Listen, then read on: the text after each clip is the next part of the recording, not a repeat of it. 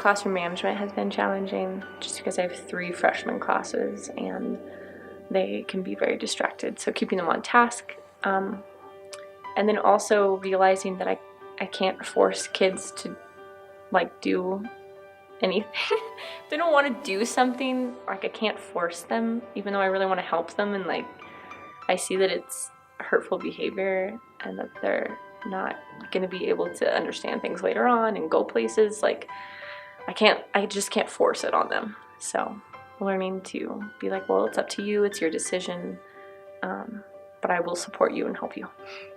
She's good with like her students, and she makes like a personal connection between her students and their work and her. She's really nice, and she always does her best to help everybody understand. I think the most rewarding part of teaching is when kids really understand something, and maybe it's for the first time that they understand it, and they understand it so well that they're able to not only get excited about it, but like explain it to another person, whether that's me or another classmate. She's just like a very caring person, you know.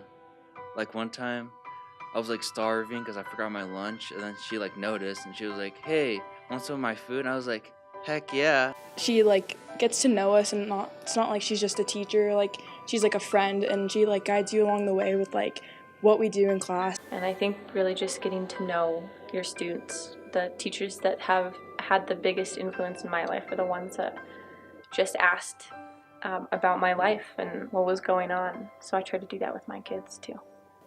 Go Miss Atherton!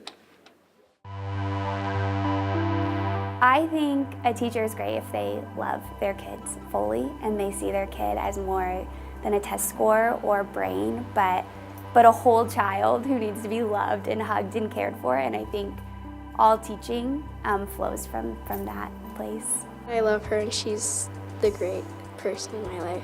My favorite part of Miss Preha's class is math. I actually never wanted to be a teacher. And then in college, I worked at an inner city school for kids that needed some alternative schooling. And I fell in love with being able to help kids in an emotional way and in a psychological way and in a social way, as well as learning, and fell in love with it, and I knew that's what I wanted to do. She is very thoughtful, she is kind, she is responsible for her students. I think Miss Preha should be Teacher of the Year because she is an amazing teacher. She is very intelligent and she is very nice.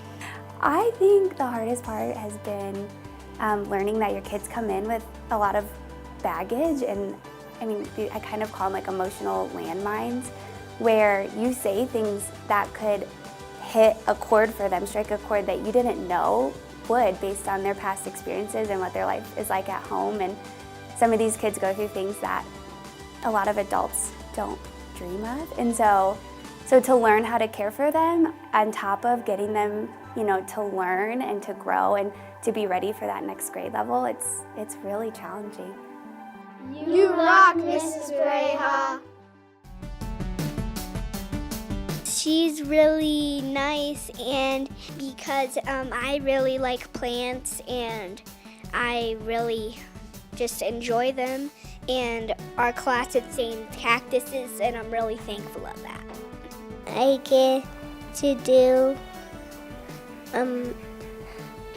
like privileges that let us do other things. The hardest part, I think, is making sure that I don't feel like I'm letting the kids down. I tend to be too hard on myself, and I just want to make sure that I'm the best for them because they deserve the best. She's very nice, and she is to welcome my grandma. She's not one of the mean teachers. I think what makes a great teacher is somebody that genuinely cares for the kids and cares about them in the present and the future, and make sure that they want to help them grow into the person that they are meant to be, and help them to learn to love themselves for who they are. Next Teacher of the Year is